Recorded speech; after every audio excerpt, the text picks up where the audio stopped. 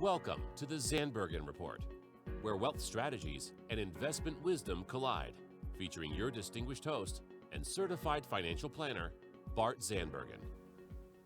Welcome to the Zandbergen Report. The showcase for, here we go again. Now that I am on. Welcome to the Zandbergen Report, a showcase for wealth strategies and investment wisdom that's essential for our evolving world. Paul, as you can see here, I've given up control. You have. I tried to. You got here a couple minutes late, and I tried to hold on to the big dog's chair, but didn't work. No. And as I mentioned, just welcome to my life. Let's show everybody here. Oh, my goodness, Bart, you've been replaced. I've been replaced. Well, I couldn't have been replaced by two better people. So we have Letitia Burbaum, my saved partner. that well. You saved that well. Good job, huh? And then our dear friend Malia Lewis, who is an author, a doctor, a mother, a wife, and just an all-around amazing person. And an avid podcaster, she tells me. Avid podcaster. Thank you. Thank you. All right, Letitia, this is your show. So fun. Well, thank you, Bart, for turning over the reins. I think that's a lot of confidence there. So if you guys are tuning in and you are watching the video, I want you to take a look at this book. And so I know that Bart introduced Malia here already, but I want you guys to be able to take a look at it. And if you guys can't see it online, it's called Eat, Move, Believe, and you can find this online. And I'm going to just give you her website right in the very beginning. It's eatmovebelieve.org. And so thank you, Malia, for being here on the show. Thank you. Thanks for the invitation to be with you guys today. I'm really excited to be here. Of course. Do you want to tell us a little bit about why you wrote this book? Be happy to. There's a platitude of reasons why. I guess the main reason is I wanted to help young people understand about living healthy and the basics and just the recipe for living a healthy lifestyle and achieving your goals. And then also wanted to set up an avenue to fund some of the charitable giving projects that I'm a part of. So it's a nonprofit, 100% goes to charity. And it's just, it's a great thing to do and be a part of. So I'm really excited about it. So great.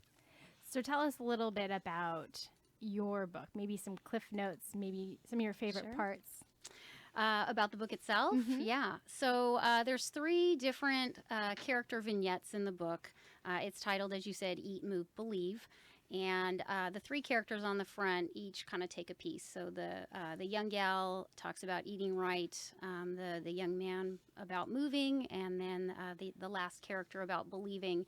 And basically they start out with their problems and challenges. They're all teenagers. So the book is kind of directed towards young adults, preteens, teens, kind of in that early age range, just trying to educate young people, right, so that they can have a healthy lifestyle. But each of the teens kind of present their problem and where they're struggling, and then they all go to the seminar at their high school. And it's this lady that comes in, her name's Miss G, and she talks to them about how to solve their problems through healthy eating, through exercise, and just believing in themselves, and a little bit of a recipe for that. And then through their relationships with each other and their interactions, there's some undercurrent themes of treating each other with respect, preventing one another, kind of cautioning kids about putting other people on pedestals and thinking that other people have a perfect life when they kind of realize in their relationship that they perceive other people as perfect, or they have this great thing going on, and they really, everybody struggles. And so it's kind of highlighting that. And the other theme is about taking ownership of yourself, of your habits, and then your lifestyle, and what that might lead to in the future. So that's it in a nutshell. That's so great. So not only do you have the book, you also go around and you are able to have speaking arrangements and talk with people. What are some of the different organizations that you've spoken to about this book? So I really just kind of laid that out there for friends. I've only been doing this for a few months. The book's just recently been published. I've been invited to women's groups, philanthropy groups, sports clinics, classrooms, any organization for young people. And I just get up in front of the kids and tell them how it is. And it's pretty basic and simple. And I've had some really neat experiences with the teens. Any one particular experience that you might want to share with the audience, how maybe it's impacted their life by some of the things that you've shared by this book? There's quite a few. I think there's a couple that stand out. Recently, I was at a high school and I was talking to a women's lacrosse team or girls lacrosse team. So, a broad swatch of teenagers, 13 or 14, 15, 16, 17 years old. And I gave them my spiel about, eating healthy, eat 3 times a day, smaller meals, 2 snacks, watching your food intake, good wholesome foods, etc., exercise. And so afterwards, there was a lineup of girls that had their own questions that they didn't want to ask in front of the others. And one in particular, her face was just filled with fear, and you could tell she was upset. Yeah. And she was struggling to lose weight and shared her concerns with me. And I don't know what I'm doing wrong. And I'm trying so hard to lose weight. And so I said, well, okay, well, let's break this down. Tell me what you're eating during the day. And I know you're exercising because you're in the lacrosse team. Yeah. But as she shared with me what she was eating, I looked at her and I said, honey, you're taking in about 600 calories a day, no protein, and you're starving yourself. And she didn't realize that. But she thought she was losing weight, but she couldn't figure out why she wasn't losing any. She couldn't wasn't figure it eating a lot. out. And Right. she was very upset. And I just wanted to hug her. Aw. I just want to wrap her in a big hug and tell her, you got this. This is, Yeah. we just talked about the basics, and it's really not that hard. Yeah. It's pretty simple. You got to Yeah. just eat healthy food and frequent small meals. You have that other story you shared with us. Can you share that one about the football boy, player? the football player Oh, with his yeah. family? I Yeah. like that story. Yeah. So that was my very first talk, and that was Aw. really fun. I think that was a great kickoff, no pun intended, because it was a bunch of football players. But yeah, a gentleman that I had met had asked me to talk to some teenagers, and that was kind of what spurred on the book, actually. Oh, really? Well, yeah, I figured I don't want to go talk to a bunch of teenagers and, tell them what to do. I'd rather put some resources in Providing front of them. a tool. Yeah. Yeah. That's great. Yeah, so they can hear, and, we all know they take home about 5% of what you say, right? That's So right. Yeah. I wanted to give them some tools and resources to fall back on. Yeah. So anyway, I went and talked to a group of football players, and there was a bunch of different football teams at this high school, and they put the high school, the linemen, Okay. the high school football linemen in front of me, and there was about 60 boys, maybe more. There's quite a few. And By they the were way, all- no one can see what you look like, but you're a beautiful petite woman. I'm very small, and yes, all these football players. They actually had a retired professional football player there, and then his buddy who were running the whole program. Yeah. And they're 6'4". It's all these big guys. And then there was me at 5'1" standing in between, and the two of these guys. It was pretty comical. We took some Great. pictures and got a good laugh out of it. But It's so great. yeah, no, I appreciated the invitation from them and the ability to meet with these boys. But yeah, I talked to them about healthy eating, and it was a really good dialogue. A lot of back and forth, and they were interested. And but afterwards, one of the young boys that had come up and asked me some specific questions. He was hemming and hawing and kind of Yeah. kicking the dirt, and finally he came out with it, and he told me that he said, "Ma'am, my grandmother has lost her foot, and my mom lost her toes, and he said, "Ma'am, I don't want to lose my feet. What do I do?" Because the family has obviously type 2 diabetes, and so he was watching his family suffer these terrible consequences of diabetes, and Yeah. and he was worried for himself, and a lot of fear in his face, and so he wanted to get more information and figure out how to prevent himself from walking down the same path. So That's so great. And Yeah. and some of the basic tools that they were able to pull out of this book is the same information that you were providing him. yeah, it's a small book. It's not meant to be long. Takes, I don't know, 5-10 minutes to read, but Yeah. it's just the basics. Yeah. About it's really geared for people who haven't received just the general information about a healthy lifestyle. Yeah. So So it's basically a tool that you're able to use to be able to go in and share great resources to people. Because yes. I don't know if you want to share some of the facts that you've seen that we've talked about in the past that it's kind of caused you to make these changes to want to be able to talk to so many people. As far as the changes that I've gone through, No, I think you were sharing like how many people have like diabetes or obesity, and yes, you want to make the changes and educate yeah. people. Yeah, well, along the way, you just pay attention to little facts. I obviously being in medicine, you always pay attention to all the Yeah. numbers and the facts, and you see things like the incidence of obesity in our youth in America is 1 in 5. So that's a pretty Yeah. sobering number, really sobering number. And just to clarify, obesity is defined as anyone for their age and their height that's over the 95th percentile for weight. And so that's kind of how that's defined. And that's straight out of the, I think it was NIH that has that statistic. And then it was interesting. I wanted to look up type 2 diabetes and the frequency Yeah. of that. And for youth, the latest, or the most recent statistic that I could find was from, I think, 2012. And there are, I think it was 9.4%, Wow. yeah, of youth between the ages of 12 and 19 with That's a type 2 lot. diabetes. And just to clarify for the listener, so type 2 is onset, right? It's something that you create from your diet, not born with? Yeah, so type 1 diabetes is a genetic situation that you are born with, and it's where your pancreas doesn't produce insulin. So, and the insulin carries the sugars in our blood into our cells for utilization for fuels. And so type 2 diabetes it's brought on by diet, improper diet and exercise, where there's just so much sugar coming into the diet that the pancreas and the systems that are in place in our bodies to bring sugars into the cells are basically just flooded, and they become desensitized, and they don't function over time. Wow. Yeah, and actually in the United States, the incidence of prediabetes in our population, adult population, is about 33-34%. Wow. So there's a lot of people living right now with prediabetes, and many people don't even know it. You know, so it's a very big impact in our medical communities. Yeah, and for people, you know, living a lifestyle or living a life that you have all the complications that are associated with type 2 diabetes, and it makes life a challenge. So Right. I just wanted to do my part and catch kids when they're younger to try and help them avoid that Make a difference. pitfall. Yeah, it's so great. Yeah. Do you want to share with us a little bit about where all the proceeds are going? Oh, from I the would love book? to. Yeah, I would that'd love be great. to.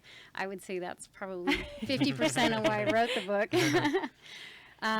Yeah, so been involved with different charity groups for a long time. And the one that is near and dear to my heart is a project where a group of us go down to Mexico. And Bart's been with me down there. Yeah. Yeah. So you want to tell everybody about what you saw when you were down there? Well, it was a few years ago, and I understand it's a lot different now than when we went down. Yes, it is. But I saw people who were very happy to see you and to see us, that were living in very, very poor means. And I saw a facility that needed a lot of work. Yes, you did. And I saw some houses that you built that were extremely modest, but the people that were living there seemed so happy to have a roof over their head and 4 walls, and Yeah. it was very, very inspiring. Yeah, it really is. The people we meet down there are great. So we took Bart down to Tijuana, Mexico, Yeah. a couple years ago to show him this project that we'd been involved with. I've been involved for, I would say, 8 or 9 years, but the Okay. project's been going on for 30 years, and it literally is a relationship between a woman in Northern California and a pastor in in Mexico, and they got together and they just started building houses for people who need them in the communities and So great. families. And so we go down and we build probably 4, 5, 6 houses a year, depending on resources and supplies and demand down there and everything. And we also have a scholarship program for a lot of the kids in the area. That's so great. Education, yeah, we all know education is the jump out of poverty, right? So Yeah. Right. we try and help these kids stay in school. A lot of times the families can't afford the supplies and the lunches and the uniform. And so, yeah, so the book, 100% of the proceeds from the book go to help build houses So great. in these very poor, they're called the colonias down in Tijuana. And we've had a 30-year relationship with many of the people down in the area. So, and another fun story is one of the gentlemen that runs the project down there. He's local from Orange County, and he's worn the Futuro del Oro shirt, which is the Mexican charity portion. Okay. He wears the shirt, all over the place, and he's had strangers come up to him in the hardware store and say, "Oh my gosh, are you from Futuro? You put me through school. Wow. Yeah, I now work, here, and how can I help? How can I give back? Can I get my kids signed up?" So it's kind of a legacy in that community, So great. the program. So I love being a part of it. And, of all the programs that we're involved with, my husband and I, this one had no funding. It had no consistent funding. And so that was where the book came, as I thought, well, maybe I can help kids Yeah. and at the same time get some funding flowing in for these communities. And Bart mentioned, so unfortunately, when he came down with us, we had just lost our community center facility that we had been staying in for decades, and Yeah. it was actually kind of nice. And so we were transitioning to this new facility, and I mean, it was a dump. Bart showed up, and I'm like, oh my gosh, I can't believe he's come. You couldn't have come at a worse time. Oh no. But So- to see everyone, how grateful they were to Yeah. see you all and what you had done was really, really, really moving. Yeah. Super neat. I have a really good funny story of that day too. Yeah. It was a long day. Right? It takes a Oh. long time to get there, and Oh, no, what do you tell? and yeah. So I don't know. There was a couple funny things, but this is my funny thing. So now we're on the border coming back, and anyone who's come back from the border knows it takes a lot of time. Some people had the pass, but not the whole. We had 3 or 4 cars. Yeah. But well, it's funny to me, although we all suffered. So the pastor's son has a name and has the same name of some national criminal. Oh no. When he got stopped and checked the passport, he got collected and He got taken away, collected. right? Oh yeah, he does Yeah. every time. Yeah. Every time we cross the border, he gets taken Wow. away. Yeah. He knows. He has the same name, and he's the same age as like a terrorist. Oh wow. And so, he actually fits the description. Yeah. But the terrorist has tattoos, so he literally now walks into secondaries and shows them he has no tattoos, and then he walks back out. It's just kind of like a thing that we know he has It's to like, "Hey, do. guys. It's the price he pays for going to serve Yeah. that community. Wow. Anyway, Yeah. more funny for us probably than it was for him. But Oh yeah. Well, Bart came down and saw this place at nearly its worst. I mean, holes in the floor, Yeah. holes in the ceiling, barely functional facilities. I mean, so now it's actually thanks to your help. Very, very grateful to you for your assistance in that Sure. project. But it's now built up into a pretty nice facility. And then we've had a group of doctors just open up last week. Oh, They've neat. opened up a clinic in kind of as part of our facility. They're using some space, and they're going to transition it into an operating theater, I guess is what they call it down there, where they can do eye surgeries. Oh wow. And so it's kind of ironic how this all dovetails so nicely together, but they have a high incidence of type 2 diabetes. And so one of the complications of type 2 diabetes is problems with your eyes. Yeah. And so they're addressing some of the issues in the facility, with that. So so great. yeah, so they're in the process of translating the book into Spanish, so they Oh, can wow. hopefully get the word out. That's into the so community. wonderful. What was your process in from knowing you wanted to continue to support this charity and then create a book? So what was your thought process, and then now as a kind of a business person, having to go through the process? Tell us about that. How Yeah. did I get this harebrained idea? Is what you wanted to ask me. Oh gosh, I don't know.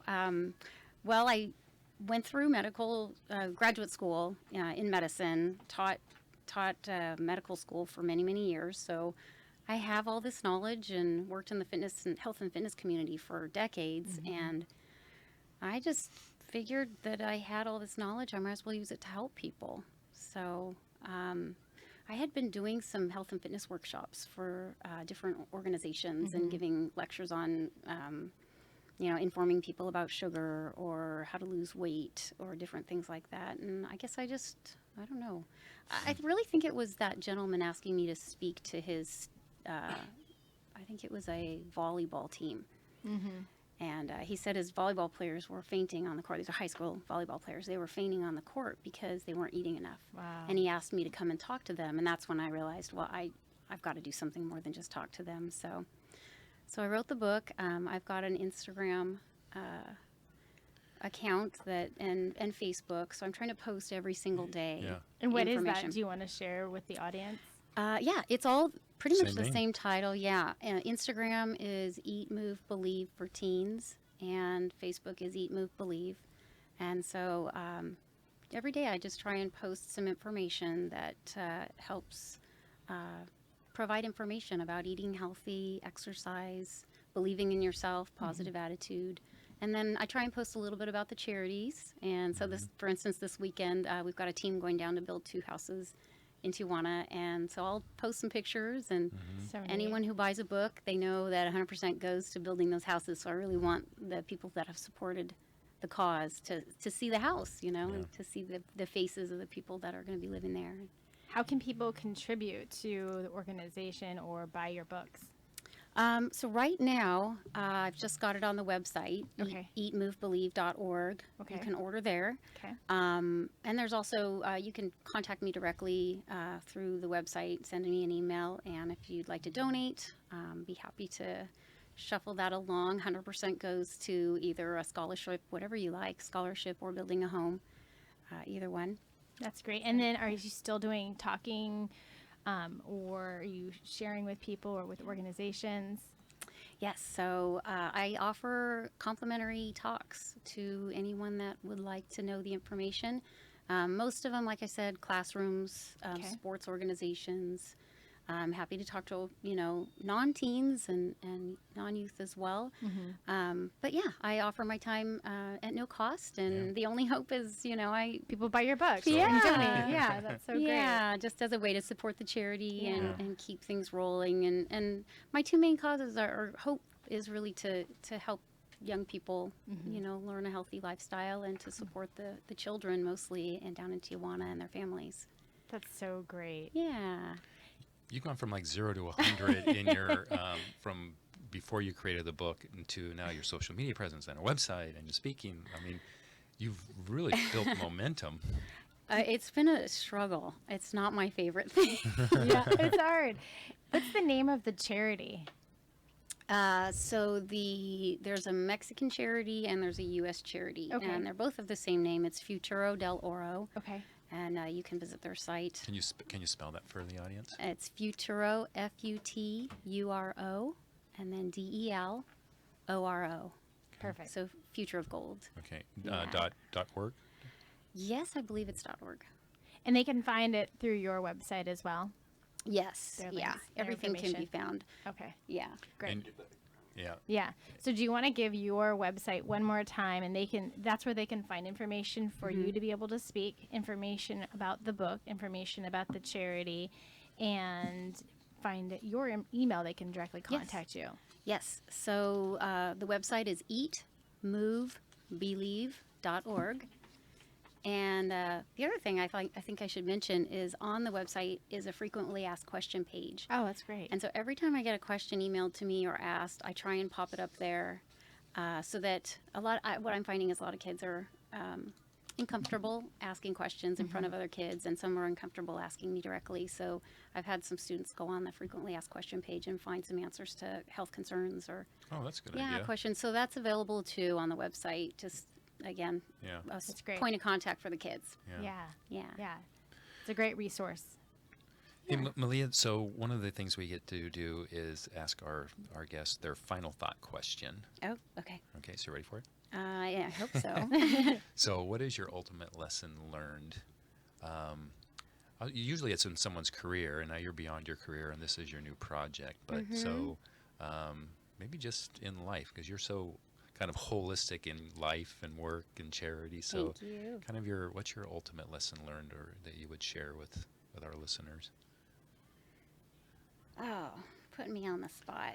Yeah, I should have probably let you know ahead of time. No, that's okay, because then you end up getting the knee jerk. Yeah. You know, you end Yeah. up getting the first thing that pops into someone's head, which is usually the right thing. Yeah. What popped into my head is treating each other with kindness. Oh, that's great. You know, and also very importantly, and we don't think about this, is treating yourself with kindness. Yeah. Yeah. Really good. Yeah, that's great. Well, Malia, thanks so much for taking time out and Thank you. joining us on the Yeah, on the this show. is wonderful. Thank you Great, for thank inviting you. me. It's been a pleasure. It's Goes by awfully fast, doesn't It sure does. Yeah. Well, Can I, that's can it. I say something here? Yeah. When she was standing on the hallway, she said 30 minutes. How am we going to talk for I 30 did. minutes? That seems like a long time. And now she looks up, she's like, oh, it's over. Yeah. I did. You got me there. Yeah, no, it's so wonderful. We literally look at the time periodically because we want to be able to make sure we get all the content out that we want to be able to share with the audience, and it just goes by so fast. So, Thank you. yeah, it's good. Well, thank you everyone for being on the show. I appreciate it, and go ahead and tune in. If you want to find us online, you can go to our podcast. We're on iTunes, iHeartRadio, Podbeam, and you would look under Zandbergen Report, Wealth Strategies and Investment Wisdom. Thank you, everyone. Thank you. Cheers. Tune in next week for the latest edition of the Zandbergen Report, Tuesdays at 2 p.m. Catch up on our recent shows by visiting bartzandbergen.podbean.com. The Zandbergen Report is also available on iTunes, iHeartRadio, and Spotify. Interested in being a featured guest on our show or have a question you'd like to hear us answer? Email podcast@bartzandbergen.com. Bart A. Zandbergen, CFP, and Letitia Burbaum, AIF, are registered investment advisors with Optivest Inc. and registered representatives with Gramercy Securities Inc., member FINRA and SIPC. Investment advisory services are offered by Optivest Inc. under SEC registration.